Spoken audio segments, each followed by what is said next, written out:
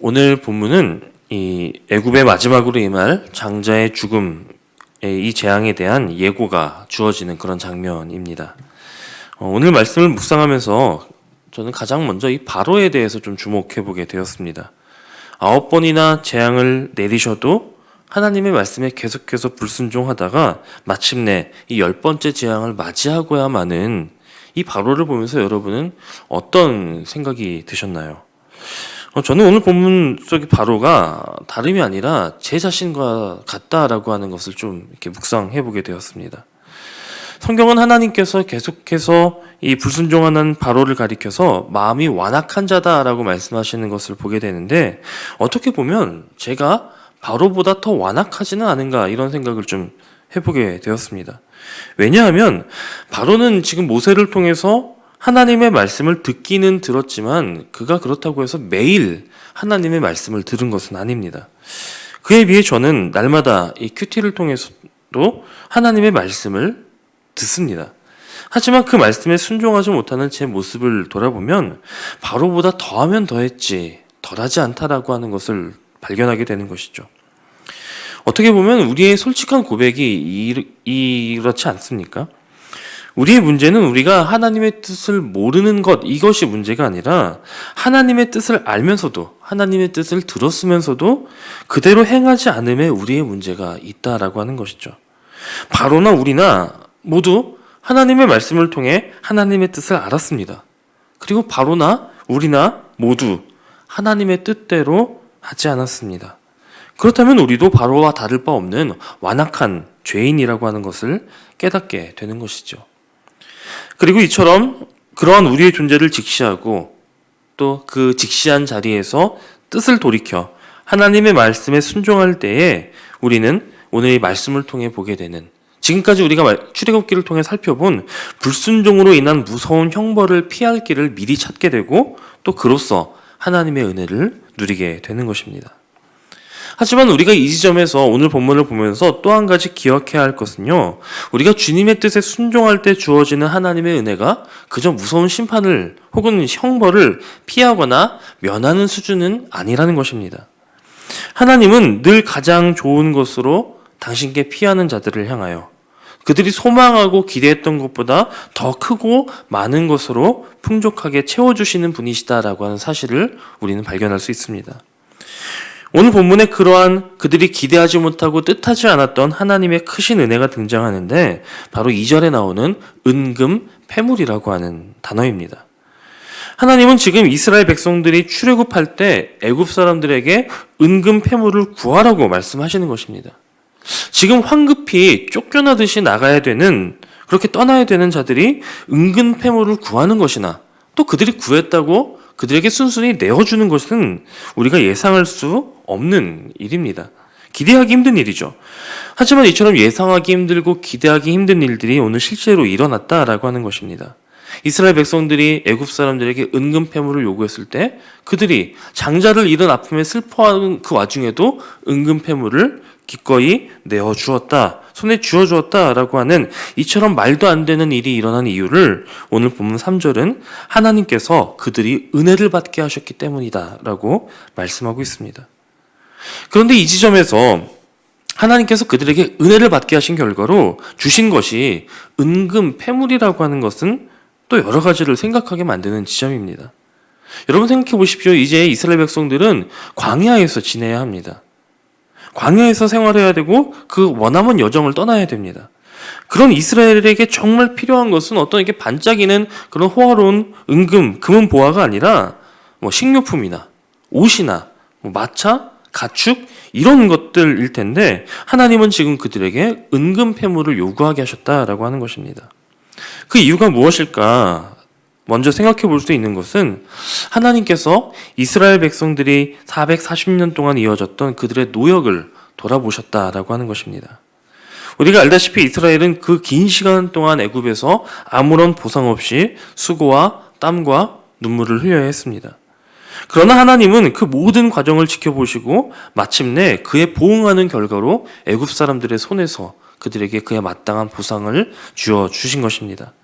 정말로 이들에게 은근패물이 필요했다면 하나님은 얼마든지 다른 방법으로도 주실 수 있으셨을 텐데 굳이 애굽인의 손에서 그러한 것들을 받게 하셨다라고 하는 것은 하나님께서 그동안 그들이 흘린 땀과 또 눈물을 기억하시고 보응하셨다라고 하는 것입니다.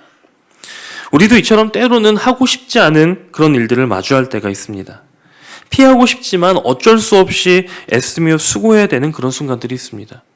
아무도 돌아보아 주는 것 같지 않고 나 혼자 일하는 것 같지만 그러한 때를 만났다 할지라도 우리가 성실과 인내로 감당할 때 하나님은 우리의 흘린 땀과 눈물을 기억하시고 반드시 은혜로 보응해 주실 것을 기억하시기 바랍니다.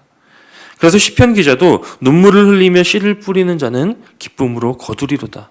울며 씨를 뿌리는 자는 반드시 기쁨으로 그 곡식단을 가지고 돌아오리로다 라고 노래한 바 있는 것이죠. 혹 여러분이 지금 눈물과 희생의 씨앗을 뿌리고 계시다면 머지않아 기쁨의 단을 거두게 하실 것을 신뢰하시고 또 지금의 이때를 이길 힘과 소망으로 삼게 되시기를 바랍니다.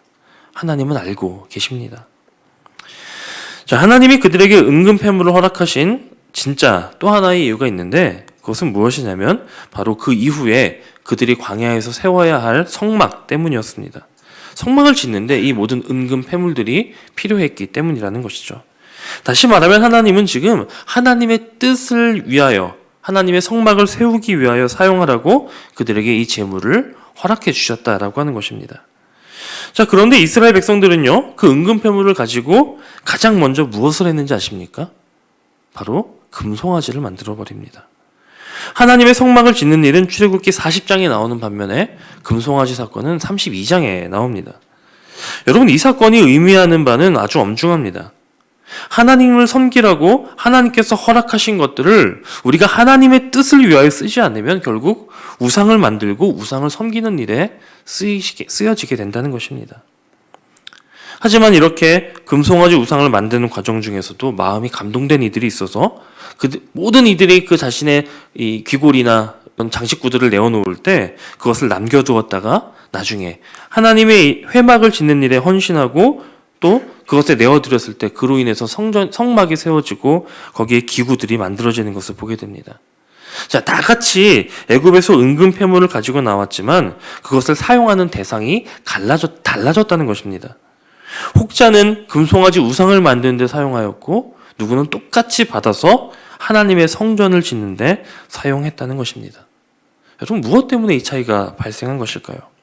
그것은 바로 그들의 마음에서부터 비롯된 것입니다. 금송아지를 만들던 이들은 어떤 마음이 있었던 자들이냐면 하나님의 일을 믿지 못하고 불평과 원망하던 자들이었습니다. 모세가 이제 내려오지 않으니 우리가 여기서 다 죽게 되었으니 이제 더 이상 하나님을 따르지 말고 우리의 신을 만들자, 그렇게 말했던 자들이 자기의 재물을 들여 우상을 만듭니다. 반면에 하나님께 감동을 받고 자원하는 마음을 가졌던 이들, 하나님의 이끄심을 기억하고 감사하고 기뻐했던 이들은 그 예물을 들여 성막을 세웠다는 것이죠. 하나님의 은혜를 받는 일 역시 마찬가지일 것입니다. 똑같은 자리에 나와 있고 똑같은 은혜를 받을 수 있습니다. 그런데 우리의 마음속에 어떤 마음이 자리 잡고 있느냐에 따라서 우리는 하나님의 은혜를 받아 영화롭게 하나님의 영화로운 일을 위해 사용할 수도 있고 또 우리를 드러내고 우리를 세우는 그 일에 쓰이게 될 수도 있다라고 하는 것입니다. 우리는 이 시점에서 우리의 마음을 굳건히 지키고 또 감사로 채울 수 있는 그런 마음을 가져야 할 것입니다. 그래서 잠언 기자도 모든 지킬 만한 것 중에 더욱 내 마음을 지키라, 생명의 근원이 이에서 남이니라 라고 말씀하신 바 있는 것이죠. 반면에 이 말씀에 정면으로 대적되는 인물이 바로 오늘 본문 속 바로라고 하는 인물인 것입니다. 모세가 10가지 재앙을 예고했고 또 지금까지 실제로 그 일들이 일어났지만 여전히 바로는 하나님의 말씀을 거역하며 이스라엘 백성들을 내보내지 않습니다. 그런 바로의 모습을 두고 오늘 본문은 여호와께서 바로의 마음을 완악하게 하셨기 때문이다라고 기록하고 있습니다. 자, 우리가 알다시피 하나님께서 모세를 통하여 재앙을 내리신 것은 바로로 하여금 이스라엘 백성들을 애굽에서 내보내도록 하시기 위해서였습니다. 그런데 성경은 하나님께서 오히려 바로의 마음을 완악하게 하셨기 때문에 지금 바로가 이스라엘을 내보내지 않고 있다라고 말씀하고 있는 것입니다. 우리가 이 말씀을 언뜻 보면 마치 바로가 이스라엘 백성들을 내보내지 않는 것이 마치 하나님께서 그렇게 하셔서 그런 것처럼 보이기 쉽지만, 이 말씀은 하나님께서 바로의 마음을 완악하게 만드셨다라고 하는 의미가 아니라 바로의 마음 가운데 있는 그 악함을 하나님께서 그대로 내버려 두셨다라고 하는 의미입니다. 바로가 계속되는 재앙에도 불구하고 계속해서 하나님의 말씀을 거역하자 결국 하나님께서 그가 마음대로 하도록 내버려 두셨다라고 하는 것입니다. 우리는 로마서 1장을 통해서도 하나님을 거역하는 이들을 향해서 하나님께서 그들의 마음을 악한데 그대로 내버려 두셨다라고 하는 선언을 보게 됩니다.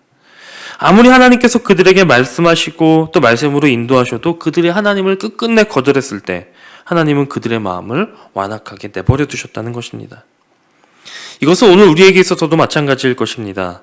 우리에게 말씀하시는 하나님의 뜻을 헤아리지 못하고 그 은혜를 끝끝내 외면하고자 한다면 우리 역시 앞서 말씀드린 대로 바로의 모습과 다를 바 없다라는 사실을 깨달아야 합니다. 그리고 우리의 마음 역시 하나님께서 내버려 두시는 그런 완악한 마음이 될 수밖에 없다는 사실도 기억해야 할 것입니다. 사랑하는 여러분, 여러분의 인생에 하나님께서 여전히 간섭하시며 일하고 계십니까? 아니면 내가 악한 마음을 가지고 악한 생각을 하고 악한 길을 가더라도 하나님께서 나를 내버려 두는 것 같으십니까? 혹 내 마음대로 가는 이 길의 걸음에 하나님의 간섭이 느껴지지 않는 것 같다고 하신다면 그때 우리는 기뻐해야 할 것이 아니라 속히 회개의 자리에 서야 할 것입니다. 내 뜻대로 모든 것이 잘 진행된다고 느껴진다면 그럴 때일수록 더욱 나와 하나님과의 관계를 점검해야 합니다. 하나님의 편에 서 있기에 또 하나님의 말씀을 따라가기에 누리는 형통인지 아니면 이제 더 이상 손 쓰시지 않으시는 완악하도록 내버려 두시는 그 자리에 서 있는지를 날마다 점검하며 우리의 믿음을 더욱 온전히 지키고 날마다 우리에게 알려주시는 하나님의 뜻에 순종하기를 결단하는 저와 여러분이 되시기를 주님의 이름으로 축원합니다.